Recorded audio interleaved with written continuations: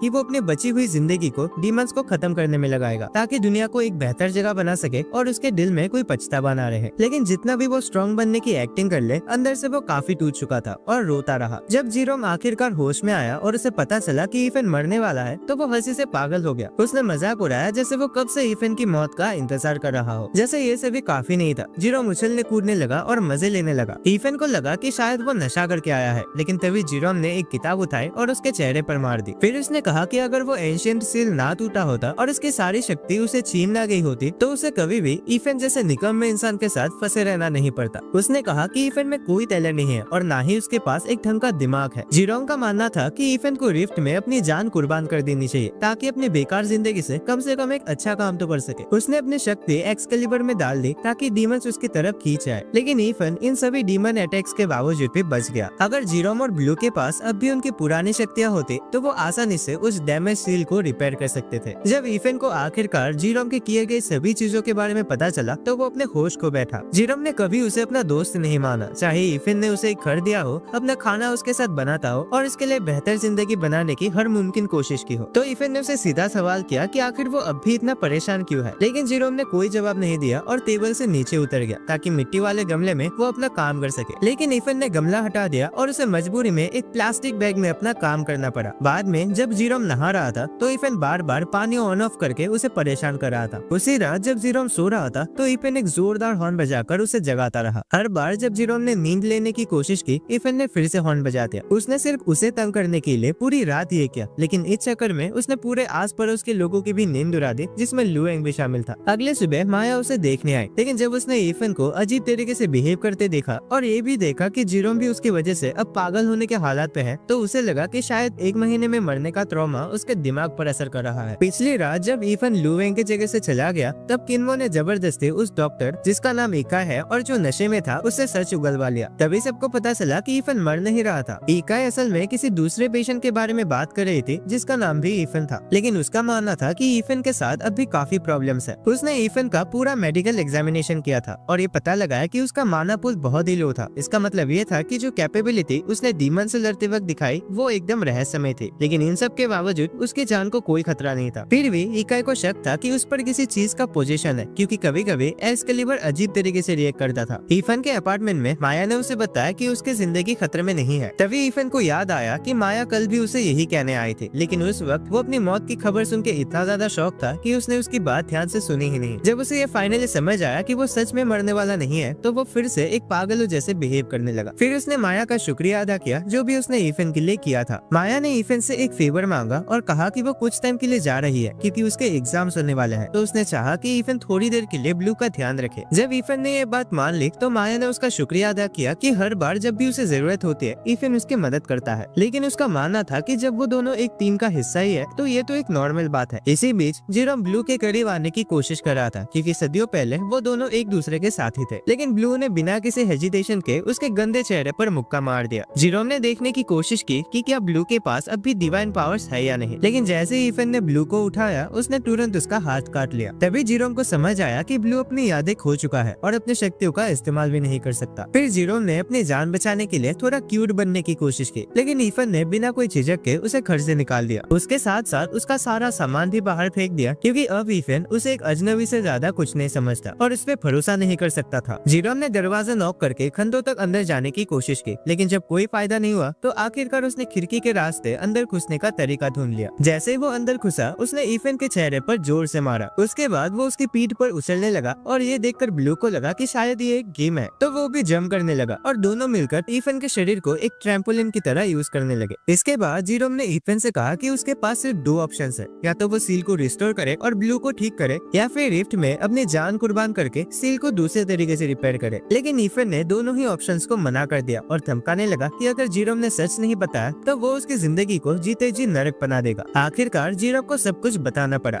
उसने बताया कि 3 अलग अलग दुनियाओं के बीच जो सील बने थे वो पुराने समय के 5 महान सीजेस ने मिलकर बनाए थे ताकि डीमन किंग को रोका जा सके। उन्होंने सील की चाबी को छोटी छोटी टुकड़ों में तोड़ दिया था ताकि कोई भी उसे खोल ना सके। जेरोम और ब्लू असल में इस सील के रक्षक थे और जब भी अनस्टेबल एनर्जी की वजह से इम्बैलेंस होता था तो वो अपनी शक्तियों से बिना किसी दिक्कत के उसे रिपेयर कर देते थे। लेकिन 1000 साल पहले जो उस चाबी के टुकड़े थे वो धीरे धीरे अपनी असली शक्ल लेने लगे और 500 सालों के अंदर व्हाइट कोस्ट ऑर्गेनाइजेशन ने उसके सभी टुकड़ों को ढूंढ निकाला। इसी बीच लुएंग मिंगशन यूनिवर्सिटी के नीचे छुपी उस पुराने शहर के खंडरों में जाता है जहाँ उसने देखा कि वहाँ कंस्ट्रक्शन चल रहा है। उसने तुरंत अपने मेंटर को कॉल किया और ये जानने की कोशिश की कि ये सब क्या हो रहा है। तभी उसके मेंटर ने बताया कि ये उसी का दिया हुआ ऑर्डर था। लुएंग ने कहा कि वो वहाँ हो रही एक्सप्लोशंस की वजह जानना चाहता है, लेकिन उसके मेंटर के पास कोई दूसरा ऑप्शन ही नहीं था। ऐसा इसलिए क्योंकि व्हाइट कोस्ट ऑर्गेनाइजेशन उस जगह पर अपना कुछ काम कर रहे थे, इसलिए उन्हें उस पुराने शहर के राज जल्दी जल्दी खोलने की जरूरत थी। 500 साल पहले जीरोम, ब्लू और कुछ चूजन वंस ने मिलकर व्हाइट कोस्ट को सील को तोड़ने से रोका था, लेकिन भले ही वो आखिर में जीत गए थे, इस लड़ाई में उन्होंने काफी कुछ खो दिया था और हजारों लोग मारे गए थे। यहाँ तक कि उन एक्सप्लोशंस का कुछ लेना देना जीरोम से भी था, लेकिन जब ईफिन ने उसे इसके बारे में पूछा तो उसने बताने से साफ मना कर दिया। अचानक ईफिन की एक्सकेलिबर ने अपने आप ब्लू पर अटैक कर दिया। ईफिन ने उस छोटी सी क्रिएचर को बचाने की कोशिश की और जोर लगाकर तलवार को रोका, लेकिन इसी बीच ब्लू ने उसे एक जोर का झटका दिया जिससे वो बेहोश हो गया। जब ईफिन होश में नहीं था तो जीरोम ने सोचा कि ये मौका सही है उसकी जान को खत्म करने का, लेकिन जैसे ही उसे वो सब याद आया जो ईफिन ने उसके लिए किया था, उसने अपना इरादा बदल लिया और उसे कील करने का फैसला किया। तभी उसे ये पता चला कि ईफिन के शरीर के अंदर एक सील लगी हुई है जो उसकी असली शक्तियों को यूज करने से रोक रही है। बेहोशी में ईफिन एक सपना देखने लगा कि अगर उसकी सारी शक्तियां अनलॉक हो गई तो क्या होगा। उसे लगा कि वो किस्मत का फरिश्ता है जो एक भयंकर पावर्स के साथ पैदा हुआ है, लेकिन जब उसने जीरोम से पूछा कि क्या वो इस सील को तोड़ सकता है तो उसे पता चला कि जीरो को भी इसके बारे में कुछ नहीं पता। लेकिन जब ईफिन ने जीरोम को ऑफर दिया कि अगर वो उसे सब कुछ बताएगा तो वो उसकी सारी गलतियां माफ कर देगा, तो जीरोम ने उसे बताया कि उसके शरीर के अंदर जो सील है वो धीरे धीरे कमजोर हो रही है। अगर ईफिन ऐसे ही डीमन से लड़ता रहा तो एक दिन वो सील खुद ब खुद टूट जाएगी। दूसरी तरफ ईफिन को लगा कि उसकी नई कहानी एक अच्छा इंस्पिरेशन हो सकती है उसके नए कॉमिक्स के लिए। उसी वक्त लुएंग अपने मेंटर के साथ पुराने शहर के राज पर बात कर रहा था। रात के समय जब ईफिन अपने कॉमिक्स पर बहुत ध्यान के साथ काम कर रहा था, तभी व्हाइट कोस्ट के मेंबर्स ने अपने पावर्स का यूज करके एक भयंकर टॉर्नेडो समन किया जो पूरे शहर को बर्बाद करने की हालत पे था। जब ब्लू ने ईफिन के अपार्टमेंट की खिड़की खोली तो वो और जीरोम दोनों तेज हवा के कारण बाहर उड़ने वाले थे, लेकिन ईफिन ने तुरंत उनका हाथ पकड़ लिया और खिड़की बंद कर दी। जब उसने टीवी देखा तो एक मशहूर कॉमिक बुक आर्टिस्ट उसके काम की तारीफ कर रहा था। ईफिन ये देखकर इतना खुश हो गया कि वो खुशी से नाचने लगा क्योंकि उसका फेवरेट आर्टिस्ट उसके काम को नोटिस कर रहा था। इसके बाद लुओ ने उसे कॉल किया और उसे कोलैबोरेट करने के लिए बोला ताकि उसके कॉमिक्स का एक टीवी एडेप्टेशन बनाया जा सके। ईफिन के पास टाइम वेस्ट करने का कोई भी ऑप्शन नहीं था, तो वो इस सुनहरे मौके का फायदा उठाने के लिए तुरंत बाहर निकल गया, चाहे मौसम कितना भी खराब क्यों ना हो। रास्ते में उसने देखा कि एक आदमी बेहोश पड़ा है और उसके बिल्कुल सामने ही एक और आदमी नीचे गिर गया। वो तुरंत एक गली के अंदर गया ताकि पता लगा सके कि क्या हो रहा है। वहाँ उसने किन्मो को देखा जो आम लोगों को एक एक करके गिरा रहे थे। वो जानना चाहता था कि वो ऐसा क्यों कर रहे थे और अगर वो कोई क्राइम कर रही थी तो वो उसके लिए झूठ बोलने से इनकार कर देता है, पर उसने कहा कि कोर्ट को इन्फॉर्म कर दे कि सिचुएशन कंट्रोल से बाहर हो चुकी है और फिर वहाँ से चली जाती है। जिन लोगों को उसने हराया था वो फिर से सो गए, लेकिन एक रहस्यमय चूजन वन आया और ईफिन को बचा लिया। उसने सबको बेलों से बांध दिया और लुए के मेंटर को पूरी सिचुएशन के बारे में बता दिया। तब उन्हें समझ आया कि शहर के लोग बेहोश हो चुके हैं और गहरी कोमा में चले गए हैं। साथ ही उनका ये भी मानना था कि ये तूफान शायद से उन डीमंस की वजह से आया है जो असली दुनिया में घुसने की कोशिश कर रहे थे। जब बाकी चूजन वंस लोगों का ध्यान रख रहे थे तब ईफिन एंटरटेनमेंट बिल्डिंग गया और तुरंत लुओ के दिए कॉन्ट्रैक्ट पर साइन कर दिया। उसे अच्छी खासी रकम ऑफर की गई थी जिससे वो अपना कर्जा चुका सकता था। फिर दोनों ने उसके आने वाले कॉमिक्स की कहानी के बारे में बात की। लुओ ने कहानी को और इंटरेस्टिंग बनाने के अलग अलग तरीके सजेस्ट किए और ईफिन को उसकी कहानी में काफी गलतियां दिखी, इसलिए उसने कहा कि वो पूरी कॉमिक को अपने तरीके से ही हैंडल करेगा। जब वो बाहर आया तो रास्ते के बीच डांस करने लगा, ये सोचकर कि अब वो कितना सक्सेसफुल होने वाला है। जब किन्मो वहाँ आई तो उसने ईफिन पर पानी डाल दिया और ईफिन ने उसे अपनी टीम ज्वाइन करने के लिए कहा। अचानक उन्हें एक अलर्ट मिला कि टाइम और स्पेस में एक बहुत बड़ा हलचल हो रहा है और एक रिफ्ट खुलने वाली है। क्योंकि ईफिन की साइकिल टूटी हुई थी इसलिए वो किन्मो की बाइक पर बैठ गया और दोनों किनारे की तरफ निकल पड़े। ईफिन को सब कुछ नॉर्मल लग रहा था, लेकिन किन्मो महसूस कर सकती थी कि उस जगह में एक एन्चेंटमेंट है। अचानक वहाँ बहुत सारे लोग आ गए जिनके माइंड को कंट्रोल किया गया था। जब किन्मो बिना किसी हेजिटेशन के उन्हें मार रही थी तब ईफिन हेजिटेट कर रहा था और उनके बीच फंस गया। जब किन्मो ने देखा कि ईफिन को लोग गला दबाकर मारने वाले हैं तो उसने उसकी मदद करनी चाहिए, लेकिन लोगों ने उसे रोक दिया। मजबूर होकर उसे अपनी डीमन स्लेइंग फॉर्म को एक्टिवेट करने पड़े जिससे वो उन सबको हरा देते हैं और ईफन को बचा लेती है। अचानक एक 7 स्टार कैलामिटी रैंक डीमन सामने आया और वो ईफन के टुकड़े टुकड़े करने वाला था, पर तभी लुएंग वहाँ पहुँच गया और एक वाटर कैनन से उस डीमन को दूर फेंक दिया। ईफन अपने प्यारे टीम को एक साथ देखकर खुश हो जाता है और जैसे ही वो उनकी तरफ भागकर उन्हें गले लगाने जा रहा था, डीमन फिर से सामने आ गया। तभी लुएंग ने रिवील किया कि ये डीमन रीफ तोड़कर असली दुनिया में आया है। किन्मो बिना किसी हेजिटेशन के डीमन की तरफ दौड़ पड़े और जब ईफन ने अपना ट्रांसफॉर्मेशन किया तो लुएंग ने भी बैटल ज्वाइन करने का फैसला किया। सबने मिलकर अपना अल्टीमेट अटैक लॉन्च किया, लेकिन डीमन ने उसे आसानी से ब्लॉक कर दिया और उस पर कोई भी असर नहीं हुआ। वो डीमन उनके सामने एक बड़ी दीवार की तरह खड़ा था और जैसे ही ईफन ने उस पर अटैक किया, उसने ईफन को जोर से दूर फेंक दिया। किन्मो और लुएंग ने उस पे माना कैनन्स फायर किए, लेकिन डीमन ने अपने मुंह से निकलने वाली साउंड वेव से उन्हें रोक दिया। उन्हीं साउंड वेव्स की वजह से बेहोश पड़े हुए इंसान वे एक्टिवेट हो गए और वो तीनों भी बचने की कोशिश करने लगे क्योंकि वो इंसान उन्हें जिंदा खाने की कोशिश कर रहे थे। किन्मो टेंशन में आ गए क्योंकि अगर ये सब ऐसे ही चलता रहा तो वो इंसान थकान से मर जाएंगे। लुएंग को लगा कि उन्हें कोर्ट को इन्फॉर्म करना चाहिए और इसी वक्त एक मास्क पहने हुए औरत ने लुएंग के मेंटर को बताया कि शहर में कोई रिफ्ट नहीं खुली है और ना ही कोई डीमन के हमले का सिग्नल मिला है। लुएंग के फोन में सिग्नल नहीं था तो ईफन ने उसे कहा कि वो कोर्ट को इन्फॉर्म करने चले जाए, जबकि वो और किन्मो डीमन से लड़ेंगे। पर असल में ये सिर्फ एक बहाना था ताकि वो किन्मो के साथ अकेले रह सके। जब लुएंग वहाँ से चला गया तभी उसकी तलवार फिर से अजीब तरीके से रिएक्ट करने लगी। उसके बाद डीमन ने एक पावरफुल ग्राउंड अटैक किया जिसे वो दोनों दूर जा गिरे। किन्मो ने उठते ही उस धूल के बादल का फायदा उठाया और उस कैलामिटी रैंक डीमन को हेवनली माना पिलर से ट्रैप कर दिया। जैसे डीमन निकलने की कोशिश कर रहा था, किन्मो ने पिलर्स को एक्सप्लोड कर दिया और एक भारी आग जल उठी, लेकिन डीमन को कोई नुकसान नहीं हुआ, बल्कि उसने अपने हाथ से आग को एब्जॉर्ब कर लिया और फिर एक भयंकर अटैक किन्मो की तरफ छोड़ दिया। वो अटैक इतना तेज था कि किन्मो के पास बचने का वक्त ही नहीं था, इसलिए ईफन ने खुद को खतरे में डाल दिया और उसे धक्का देकर हटा दिया। उसे लगा कि वो अपनी चोटों की वजह से मर जाएगा और उसका सिर्फ एक पछतावा था कि उसे कभी किन्मो के साथ टीम अप करने का मौका नहीं मिला। पर किन्मो ने उसे डांट कर कहा कि बकवास बंद करे और अपनी ताकत बचाए। इसी बीच लुएंग वापस आया और अपने डिवाइन स्पीयर का इस्तेमाल करके कुछ देर के लिए डीमन को नीचे गिरा दिया। जब किन्मो ने उससे पूछा कि मदद के लिए लोग कब आएंगे तो उसने बताया कि उसका उनसे मिलने का कोई मौका ही नहीं मिला क्योंकि वो इस जगह के बैरियर से बाहर निकल ही नहीं पाया। अब उनके पास सिर्फ एक ही ऑप्शन बचा था, डीमन से लड़ना। किन्मो तुरंत उठ गई और लुएंग के साथ मिलकर डीमन पर एक कॉम्बो अटैक लॉन्च कर दिया। इसी वक्त वो मास्क वाली औरत ने रिवील किया कि बे एरिया एक स्पेशल मैग्नेटिक फील्ड से घिरा हुआ है और इसका कनेक्शन एक डीमन से है। बे एरिया में डीमन किन्मो का पीछा कर रहा था और अपने साइज के हिसाब से बहुत ज्यादा तेज होने के कारण उसने किन्मो को जमीन पर जोर से पटक दिया। जैसे ही वो उसे खत्म करने वाला था, किन्मो ने अपने बचाव के लिए डिफेंसिव माना स्पाइक्स बना दिए और लुएंग ने अपने वाटर कैनन से डीमन को पीछे हटने पर मजबूर कर दिया। दोनों एक बार फिर डीमन पर हमला करने के लिए दौड़ पड़े और एक साथ वाटर कैनन और माना बॉम्ब से अटैक किया, लेकिन डीमन पर इसका कोई असर नहीं हुआ, बल्कि उसने दोनों को जोर से मुक्का मारकर दूर फेंक दिया। किन्मो के शरीर में अब कोई ताकत नहीं बची थी और जब डीमन ने देखा कि वो बिना किसी डिफेंस के जमीन पर पड़ी है तो उसने मजाक मजाक में उसके सिर से खेलना शुरू कर दिया और मस्ती करते हुए नाचने लगा। इस सैड मोमेंट को देखकर ईफन घुटनों के बल रेत पर खिसता हुआ डीमन की तरफ बढ़ता है। उसने किसी तरह अपने अंदर से निकलने वाले एक नए शक्ति का इस्तेमाल करते हुए डीमन के अटैक को रोक दिया और उसे पीछे धकेल दिया, लेकिन तभी उसके तलवार एक बार फिर अपनी मर्जी चलाने लगी। फिर भी इस बार ईफन ने कुछ वक्त के लिए उसे कंट्रोल कर लिया और डीमन की तरफ दौड़ पड़ा उसके अटैक्स को बचते हुए। वो सही वक्त का इंतजार कर रहा था ताकि काउंटर अटैक कर सके, लेकिन उसका ध्यान एक सेकंड के लिए हटा और डीमन ने उसे जोर से एक क्लिप पर दे मारा। डीमन ने ईफन को पागलों की तरह मुक्के मारे और फिर अपने बड़े हाथ में जकड़ लिया और उसके शरीर के हर एक हड्डियां तोड़ने लगा, जिसके बाद उसने ईफन को दूर फेंक दिया। लेकिन इतनी बुरी चोटों के बावजूद ईफन फिर से उठ गया और डीमन की तरफ भागने लगा क्योंकि उसका मानना था कि एक चूजन वन कभी भी हार नहीं मानता। उसके इस हिम्मत को देखकर किन्मो भी उठ गई और डीमन के पैर के नीचे ईफन को कुचलने से बचा लिया। दोनों मिलकर डीमन पर लगातार अटैक्स करने लगे और कोऑर्डिनेशन के साथ लड़ते रहे। आखिरकार ईफन ने डीमन के कोर पर अटैक कर दिया, जो कि उसकी सबसे बड़ी कमजोरी थी। उसे लगा कि कोर को डिस्ट्रॉय करना ही उनके लिए सबसे अच्छी स्ट्रेटेजी होगी, इसीलिए किन्मो ने कहा कि वो डीमन का ध्यान भटकाएगी ताकि ईफन उसके कोर पर आसानी से अटैक कर सके। उसने माना थ्रेड्स का यूज करके उसके एक हाथ को पकड़ लिया और लुएंग ने वाटर कैनन से उसका दूसरा हाथ जमीन पर दबा दिया। आसमान से आने वाले इस पावरफुल हमले के बीच ईफन ने अपना अटैक किया, लेकिन वो अपना अटैक मिस कर गया। किन्मो और लुएंग के स्पेल से डीमन अब भी झगड़ा हुआ था, पर ईफन फिर भी उसे चोट नहीं पहुंचा पाया। आखिर में डीमन ने उन स्पेल्स को तोड़ दिया और एक बार फिर आजाद हो गया। जब डीमन उन्हें टुकड़े टुकड़े करने वाला था, तभी इकाई ने एक एनर्जी फ्लावर शील्ड बनाकर उन्हें बचा लिया। उसने गुस्से में पूछा कि उन्होंने मदद के आने का इंतजार क्यों नहीं किया। वो शील्ड तीनों ने एब्जॉर्ब कर लिया, जिससे उनके अंदर इतनी ताकत आ गई कि वो एक बार फिर अपनी पूरी शक्ति से डीमन पर अटैक कर सके। जैसे ही वो डीमन की तरफ बढ़ने लगे, डीमन गुस्से में जोर से चीख उठा। किन्मो और लुएंग ने कुछ खोज समन किए जो डीमन को जंजीरों से जकड़ लेता है। लुएंग ने अपना अल्टीमेट अटैक यूज किया, दो वाटर गॉड सर्पेंट के साथ डीमन पर हमला किया और अपनी तलवार को आग से लपेट लिया। ईफन ने एक long range fire slash attack launch किया जो सीधा डीमन के कोर पे जा लगा और उसे तहस महस कर दिया। आखिरकार वो लोग डीमन से जीत जाते हैं। जब आसमान से उसके जलते हुए अंगारे गिर रहे थे,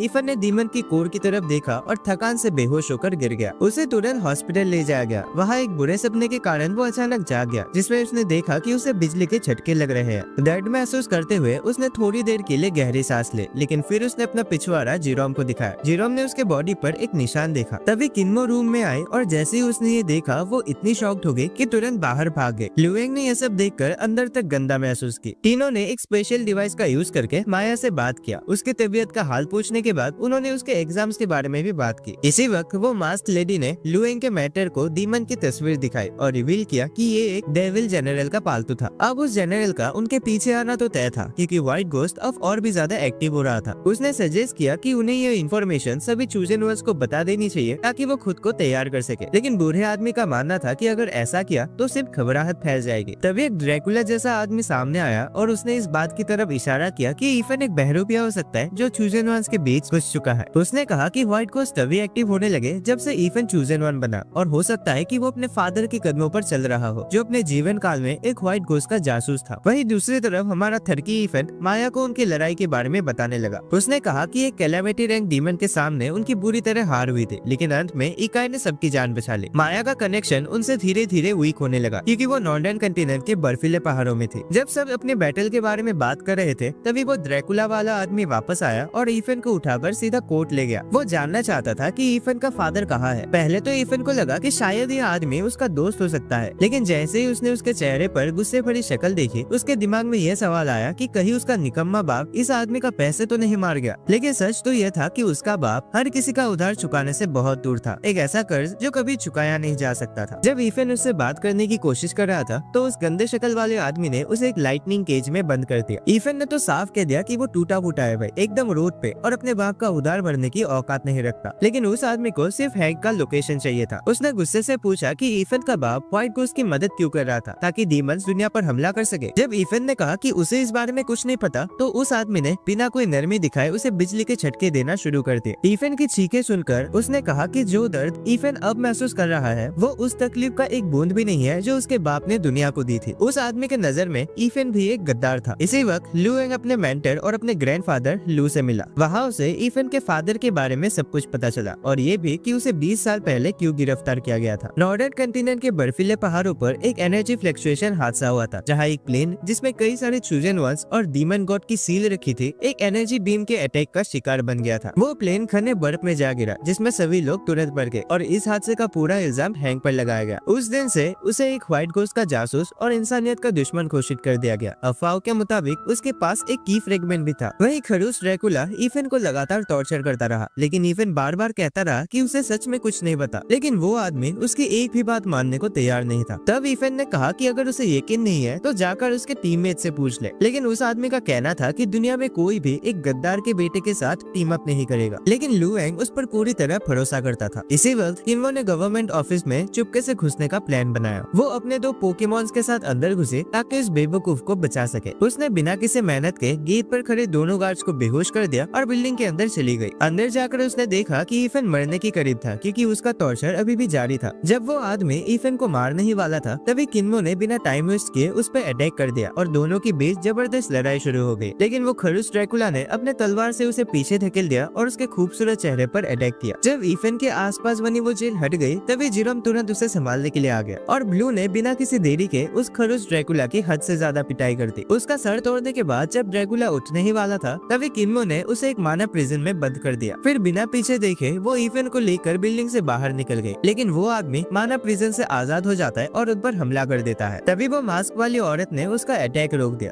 असल में वो कोर्ट की डॉक्टर थी। लेकिन जैसे ही उस आदमी ने उसके चेहरे पर लगे मास्क को तोड़ दिया, सबको पता चल गया कि वो और कोई नहीं बल्कि डॉक्टर इकाई थी। उस आदमी को हैरानी हुई कि एक इतने बड़े दर्जे की ऑफिसर एक जासूस के बेटे के साथ मिलकर कैसे काम कर सकती है। जब उसने ईफन और किन्वो को वहाँ से निकलने से रोकने की कोशिश की, इकाई ने उसे अपने बेलों से जकड़ दिया। अब ईफन और किन्वो एग्जिट की तरफ बढ़ रहे थे। तभी ईफन ने उसे एक बार फिर टीम अप करने के लिए पूछा। किन्वो ने कहा कि वो हमेशा अकेले काम करती थी, लेकिन ईफन एक खास बंदा था। जब कई और चूजन वंस उन्हें उन्हें रोकने की कोशिश की, किन्मो ने ईफन को बिल्डिंग से बाहर धकेल दिया और उन सबसे खुद लड़ने लगी। ईफन जमीन पे खून से लटपट पड़ा था, लेकिन उसके दिमाग में सिर्फ एक ही बात चल रही थी, उस आदमी के शब्द जो उसके फादर के बारे में कहे गए थे, जिसके बाद लोग उसे एक गद्दार समझने लगे। लोगों ने उस पर अंडे और सड़े हुए सब्जी फेंकना शुरू कर दिए। उस रात ईफन एकदम शांत बैठा रहा, बिना कुछ बोले। जीरोम को उसकी चिंता हो रही थी, क्योंकि वो कई घंटों से बस एक ही जगह पर बैठा हुआ था। उसने उसे चेयर अप करने की कोशिश की और ये भी कहा कि वो दोबारा कभी भी उसे बल्ली का बकरा नहीं बनाएगा, लेकिन ईफन ने एक भी बार अपनी जगह से हिलने की कोशिश नहीं की। जब उसका फोन बजा तो जीरोम को पता चला कि सिर्फ 3 दिन बाद कोर्ट अपना फाइनल डिसीजन सुनाएगा, जो ईफन के भविष्य का फैसला करेगा। दुनिया भर के सारे चूजन वंस ये चाह रहे थे कि उस बेवकूफ को बुरी तरह सजा मिले। अगले दिन लुएंग जबरदस्ती अपने दादाजी के सीक्रेट कमरे में घुस गया और उसने कहा कि चाहे जो भी हो जाए वो अपने दोस्त के साथ खड़ा रहेगा। दूसरी तरफ ईफन के अपार्टमेंट में जीरोम को पता चला कि उसका निकम्मा मास्टर भाग चुका है। उसने लुएंग को उसका गुड बाय लेटर दिखाया और दोनों मिलकर पूरे शहर में उसकी तलाश करने लगे। इसी दौरान साउदर्न कंटिनेंट के एवेन्यू में लोग प्रोटेस्ट कर रहे थे और ईफन को तुरंत सजा देने की मांग कर रहे थे, लेकिन किन्मो उनके सामने आ गई और उनसे पूछने लगा कि क्या उनके पास कोई सबूत है कि ईफन गद्दार है। उसने सबको वो सारी बातें याद दिलाई जब ईफन ने अपनी जान दांव पे लगाकर अपनी टीम को बचाया था। उसने कहा कि हाँ, ईफन दुनिया का सबसे बड़ा पागल हो सकता है, लेकिन वो कभी भी अपने दोस्तों से गद्दारी नहीं करेगा। जब किन्मो सबको ईफन की बेकसूर होने का यकीन दिलाने की कोशिश कर रही थी, तभी दूसरी तरफ ईफन की लड़ाई एक बंदे से हो गया, जो असल में एक व्हाइट घोस्ट का मेंबर था। ईफन ने उससे एक आर्टिफैक्ट छीन ली जो उस बंदे ने कोर्ट के मेंबर से चुराई थी। इसी बीच जीरोम, ब्लू और लुएंग उस जगह पर पहुंच गए जहां ईफन और उस बंदे की लड़ाई हुई थी। जब उन्होंने उस आर्टिफैक्ट को एक्टिवेट किया तो उनके सामने बर्फीले पहाड़ों का एक वीडियो चल गया। अगले दिन लुएंग उस आर्टिफैक्ट को अपने दादाजी के पास ले गया। इकाई के साथ मिलकर उन्होंने ये समझा कि ये आर्टिफैक्ट उन्हीं बर्फीले पहाड़ों की तरफ इशारा कर रहा है जहाँ 20 साल पहले वो प्लेन क्रैश हुआ था। जब लुओ ने अपने पोते लुएंग को वहाँ से जाने के लिए कहा, तब इकाई ने उसे बताया कि ईफन ने एक कोर्ट मेंबर की जान बचाई थी और उसने ये सिर्फ इसलिए किया था क्योंकि वो भी एक कोर्ट का मेंबर था। उसका मानना था कि ईफन में एक जासूस बनने की मेंटल कैपेसिटी नहीं है, उसका दिमाग उतना काम ही नहीं करता। उसने लू को उस तूफान के इन्फॉर्मेशन दिखाए और बताया कि ये सब व्हाइट कोस्ट की वजह से हो रहा है। दूसरी तरफ ईफन जीरोम के साथ बर्फीले पहाड़ों पर गया अपने फादर की बेगुनाही साबित करने के लिए। वो इस घने बर्फ में चलते हुए उस प्लेन क्रैश वाले जगह को ढूंढने निकला था, लेकिन इस बर्फीले तूफान ने उसे ढूंढना मुश्किल बना दिया था। जीरोम ने कहा कि उस प्लेन को ढूंढना नामुमकिन है, पर ईफन हार मानने को तैयार नहीं था। जब वो एक पहाड़ के किनारे खड़े होकर सोच रहे थे कि अब क्या करे, तभी नीचे की जमीन एकदम से गिरने लगी और दोनों खाई से नीचे गिर गए। दोनों को लगा कि ये उनका अंत है, लेकिन तभी लुएंग ने अपने वाटर मैजिक से उन्हें बचा लिया और किन्मो ने ईफन को अपने हाथों में पकड़ लिया। लेकिन उसका थड़कीपन इतना ज्यादा बढ़ गया कि किन्मो ने उसे तुरंत जमीन पर गिरा दिया। माया ने भी उसके सर पर एक जोर का मुक्का मारा उसके इन हवस वाले हरकतों के लिए। सबने उसे डांटा कि वो अकेला क्यों गया, पर ईफन को लगा था कि उसकी टीम टूट चुकी है जब उसे गद्दार माना गया था। लेकिन उनके दोस्तों ने उसे बता दिया कि वो कभी भी उसका साथ नहीं छोड़ेंगे, क्योंकि ईफन ने कई बार अपनी जान दांव पे लगाकर उनकी रक्षा की थी। ये सुनकर ईफन रोने लगा क्योंकि उसे एहसास हुआ कि उसके दोस्तों को उसे सच में प्यार था। भले सब लोग बर्फीले जगह पर खड़े थे, लेकिन उन्हें ठंड महसूस नहीं हो रही थी क्योंकि उनके पास माना था, पर क्योंकि ईफन का माना सील हो चुका था इसलिए उसे तेज बुखार हो गया। तब सभी लोग सोचने लगे कि उसके अंदर ये सील क्यों लगाया गया था। माया ने बताया कि जब वो अपने एग्जाम्स के लिए यहाँ आई थी तब उसने बर्फ में एक अजीब से डीमन का स्केलेटन देखा था। जब सभी इस बारे में बात कर रहे थे तभी एक बड़ा सा बर्फ का टुकड़ा पिघलने लगा। जब बर्फ हट गई तो उन्हें उस क्रैश हुए प्लेन का टूटा फूटा हिस्सा खाई के नीचे दिखाई दिया। इसे देखते ही ईफन की पुरानी यादें धुंधली तरह से वापस आने लगी। उसने महसूस किया कि वो पहले भी यहाँ आ चुका है। तभी उस बंदे ने, जो पहले भी ईफन से लड़ चुका था, उसने एक बड़ी सच्चाई का खुलासा किया कि ईफन सिर्फ यहाँ आया ही नहीं था, बल्कि उसने कुछ ऐसा चीज भी उठा लिया था जो उसकी नहीं थी। ईफन कहता है, अबे इस बंदे को पिछली बार इतना मारा था, मुझे तो लगा ये भाग चुका होगा, लेकिन हम देखते हैं कि व्हाइट कोस्ट के मेंबर्स वहाँ पहले से ही चुप कर बैठे थे ताकि जैसे ही वो सभी लोग वहाँ पहुँचे वो उनके ऊपर अचानक से हमला करके उनका सफाया कर सके। उस बंदे ने अपने चमचों को कहा कि वो ईफन को पकड़े और जैसे ही लड़ाई शुरू हुई सबने अपने अपने दुश्मन चुन लिए। किन्मो का सामना उस बंदे से हो गया। उसने अपनी स्पेल का इस्तेमाल करके उस बंदे को दूर पटक दिया, जिस वजह से उसकी हुडी फट गई। जैसे उसका चेहरा दिखाई दिया, किन्मो के होश उड़ गए क्योंकि वो आदमी और कोई नहीं बल्कि लुओ था, जिसके साथ वो 5 साल से काम कर रहे थे, लेकिन असल में वो पूरी इंसानियत का सबसे बड़ा दुश्मन था। जब लुओ ने उसे एक गंदा अनाथ लड़की कहा तो किन्मो ने उसके मुंह पर जोर से मुक्का मार दिया और अपनी माना चेन से उसे दीवार से चकर दिया। और लुओ ने अपना फाइनल अटैक किया। उसने डीमन एम्पेरर को बुलाया जो डीमन गॉड का सबसे वफादार गुलाम था। इकाई ने सबको बचाने के लिए एक बड़ा सा बेलों का दीवार बनाया, पर ईफन और जीरोम को फिर भी एक जोर का अटैक लग गया और वो दोनों दूर जा गिरे। जैसे ही वो बचने की कोशिश कर रहे थे उन्हें दोबारा एक जोर का अटैक लग गया, जिसमें जीरोम घायल हो जाता है। अब क्योंकि वो लोग अपने दुश्मन को देख नहीं पा रहे थे किन्मो ने सबको गार्जियन देते की आंखें दी ताकि सब कुछ क्लियर दिख सके। पर तभी एक जबरदस्त बिजली की आवाज सुनाई दी। डीमन एम्परर ने आखिरकार अपनी असली शक्ल सबके सामने दिखाई दी। बिना कोई वक्त गवाए सभी लोगों ने अपने सबसे ओवरपावर्ड स्पेल से उस पर हमला किया, लेकिन उसे एक खरोच तक नहीं आया। फिर एक ही पल में उसके भयंकर हमलों ने सबको जमीन पर गिरा दिया, सिर्फ ईफन के अलावा। सबको बेकार और कमजोर कहने के बाद डीमन एम्परर ने ईफन पर एक बड़ा सा भाला फेंका। ईफन ने पूरी ताकत लगा दी उस अटैक को रोकने में, पर उसकी सारी एनर्जी खत्म हो गई। जब इकाई ने सबको अपनी हीलिंग पावर से ठीक करना शुरू किया, तभी डीमन एम्परर एक झटके में उसके सामने आया और उसे एक पहाड़ पे जोर से दे मारा। इसके बाद उसने सिर्फ कुछ ही पलों में सबको तबाह कर दिया। ईफन को हवा में लटका कर उसने उसे अपना पंचिंग बैग बना लिया। उसके थंडर फिस्ट से उसका बॉडी चिर जाता है और ईफन ने खून उगलना शुरू कर दिया। सभी लोग उसे इस हालत में देखकर टूट जाते हैं और वो जमीन पर गिर पड़ता है, जो मौत के बिल्कुल करीब था। किन्मो ने मजबूरी में डीमन एम्परर की तरफ कदम बढ़ाया, क्योंकि वो ईफन को अकेले मरते हुए नहीं देख सकते थे। लेकिन डीमन एम्परर ने उसे गले से उठा लिया ताकि उसकी जिंदगी वही खत्म कर सके। तभी लुओ ने उसे याद दिलाया कि वो अपने असली मिशन को ना भूले। उसने किन्मो को जोर से एक तरफ फेंक दिया और आसमान में एक विशाल मैजिक सर्कल बनाया ताकि वो ईफन के शरीर से उस चाबी को निकाल सके। ईफन के बॉडी से उसकी सारी माना निकल रही थी और वो एक निराश और बेहाल कंडीशन में पड़ा था। उसने आखिरकार अपनी सभी यादें वापस पा ली और अपने फादर को व्हाइट गोस्ट से उसे बचाने की कोशिश करते हुए याद किया। वो उस प्लेन में था और दुश्मनों को डीमन गॉड की सील की चाबी न मिल सके, इसलिए उसके फादर ने एक जादू से उसे अपने बेटे के शरीर में छुपा दिया था। जैसे स्पेल उसके शरीर से उस चाबी को निकालने लगा, ब्लू ने जीरोंग को जगाया और वो तुरंत डीमन एम्परर पर हमला करने के लिए आगे बढ़ा। लेकिन डीमन एम्परर ने उसे आराम से पकड़ लिया और चाबी ईफन के शरीर से बाहर निकल गई। लेकिन उसने चाबी लुओ को देने की बजाय खुद के पास रख ली। जब लुओ ने इस बात पर गुस्सा किया, ईफन ने डीमन एम्परर पर हमला कर दिया। चाबी निकल जाने की वजह से जो माना उसके शरीर में सील की गई थी, वो पूरी तरह से रिलीज हो गई। वो डीमन एम्परर पर सीधा हमला करना चाहता था, लेकिन उसके दोस्तों को बंदी बना लिया गया था। इसलिए सबसे पहले उसने किन्मो को आजाद किया, जीरोंग को उस व्हाइट गोस्ट वाले मेंबर की तरफ फेंक कर जो उस पर खड़ा था। इसके बदले में किन्मो ने बाकी सबको भी आजाद कर दिया। समय के साथ साथ ईफन की ऑरा और भी ज्यादा ताकतवर होती गई, लेकिन फिर भी डीमन एम्परर की शैतानी बिजलियों से वो अंदर से कांप रहा था। डीमन एम्परर उसे पीछे धकेल रहा था और एक के बाद एक तेजी से अटैक कर रहा था। लेकिन अब जब ईफन के असली शक्तियां जाग चुकी थी, वो मुश्किल से उन हमलों को रोकने की कोशिश कर रहा था। इसी दौरान किन्मो ने लुओ को बुरी तरह मारना शुरू कर दिया और लू वैंग एक आइस अटैक से घायल हो जाता है, लेकिन फिर भी उसने अपने दुश्मन को हरा दिया। जब बाकी सब ने भी अपने अपने दुश्मनों को हरा दिए थे, तब उन्होंने देखा कि डीमन एम्परर ईफन को बुरी तरह से पीट रहा था। ईफन अपने घुटनों पर गिर जाता है, बिल्कुल लाचार और बेकार महसूस कर रहा था। डीमन एम्परर ने उसे एक ही अटैक में खत्म करने के लिए उस पर एक जोरदार हमला किया, लेकिन आखिरी पल में इकाई ने उसे ब्लू लोटस से बचा लिया। उसने ईफन के शरीर को नई एनर्जी से भर दिया और अब उसकी नई शक्तियों ने उसे डीमन के बराबर बना दिया था। ईफन ने पहली बार डीमन एम्परर पर एक सीधा अटैक किया, जो सच में उस पर असर कर रहा था। डीमन एम्परर को लगा कि हाँ, बाकियों के कंपैरिजन में इस बंदे में थोड़ा दम तो है, लेकिन फिर भी उसे कमजोर समझा। उसका मानना था कि ऐसे कमजोर लोगों का बस एक ही किस्मत होती है, मर जाना। उसने अपनी बिजलियों से ईफन पर एक भयंकर हमला किया, लेकिन ईफन ने लू वैंग की मदद से इस हमले से बचकर डीमन एम्परर पर एक और जबरदस्त अटैक किया। डीमन एम्परर पीछे हटने को मजबूर हो जाता है और यही मौका देखकर किन्मो ने अपने खोस्ट वाले पावर्स का यूज करके उसे जंजीरों से बांध देती है। और हर एनिमे की तरह अपने मेन कैरेक्टर वाला स्पीच पूरा करके ईफन ने अपनी सारी माना एक्सकैलिबर में डाल दी और डीमन एम्परर को बिल्कुल राख में बदल दिया। और अंत में उन्होंने डीमन गॉड की सील की चाबी वापस पा ली। जब साउदर्न कॉन्टिनेंट के लोग ईफन को गद्दार घोषित करने का इंतजार कर रहे थे, तभी लू वैंग के दादाजी अपने सैनिकों के साथ वहां आ गया। जब ईफन अपने साथियों के साथ सामने आया, तो उसका चलना एक सच्चे बैडएस कैरेक्टर जैसा लग रहा था। सभी लोग हैरान थे कि क्या वो सच में एक गद्दार है, क्योंकि उसका पूरा शरीर छोटों से भरा था जो उसने डीमन एम्परर से लड़ाई करते वक्त झेली थी। तब ग्रैंडपा ने सबके सामने अनाउंस किया कि ईफन और उसकी टीम सच में इंसानियत के महान योद्धा है और किसी भी प्रकार के गद्दार नहीं। कुछ दिनों बाद जब सभी लोग अपने चोटों से उभर रहे थे, ईफन किन्मो से मिलता है और उसे बताता है कि वो अपने फादर को निर्दोष साबित करने के लिए अपना ये तलाश जारी रखेगा। थोड़ी देर में सभी लोग एक जगह इकट्ठा हो गए और साथ में मिंगशन यूनिवर्सिटी गए। वहाँ उन्होंने एक अनोखी चीज देखी, एक और ऐसा स्केलेटन जो पहले बर्फीले पहाड़ों में मिला था। दोनों स्केलेटन एक जैसे थे और जब माया देख रही थी कि उनके बीच क्या क्या सिमिलरिटीज है, तभी किन्मो ने एक स्केलेटन को छुआ और अचानक ही एक पोर्टल में खींची चली गई। ईफन ने उसे बचाने की कोशिश की, पर बहुत देर हो चुका था और किन्मो टेलीपोर्ट होकर सीधा डीमन वर्ल्ड पहुंच गई। लुओ जो उसके प्रिजन सेल के अंदर था मुस्कुराता है, क्योंकि ये सब उसकी प्लान का एक हिस्सा था, किन्मो को डीमन वर्ल्ड भेजने का। तभी डीमन गॉडेस उसके शरीर के पास आए ताकि उसका इस्तेमाल डीमन गॉड के पुनर्जन्म के लिए किया जा सके। और इसी के साथ यह एनिमे यहीं पर खत्म हो जाते हैं और इसका कोई भी पार्ट 2 नहीं आएगा, क्योंकि सारा कुछ मैंने इसी वीडियो में कवर कर दिया है। हाँ, पता है कि एंडिंग थोड़ी सी खराब थी, लेकिन दोस्तों क्या ही कर सकते हैं, अब जो है वही है। बाकी वीडियो अच्छी लगी तो लाइक करना और कमेंट्स कमेंट्स में बताना दोस्तों कि आप लोगों को और कौन सा एनिमेस देखना है। और अगर आपको मैजिकल या फिर हॉरर टाइप के एनिमेस पसंद है तो स्क्रीन पर शो हो रहे उन 2 वीडियोस पे क्लिक करना। एंड मैं तुम्हें मिलता हूँ एक और नए वीडियो में।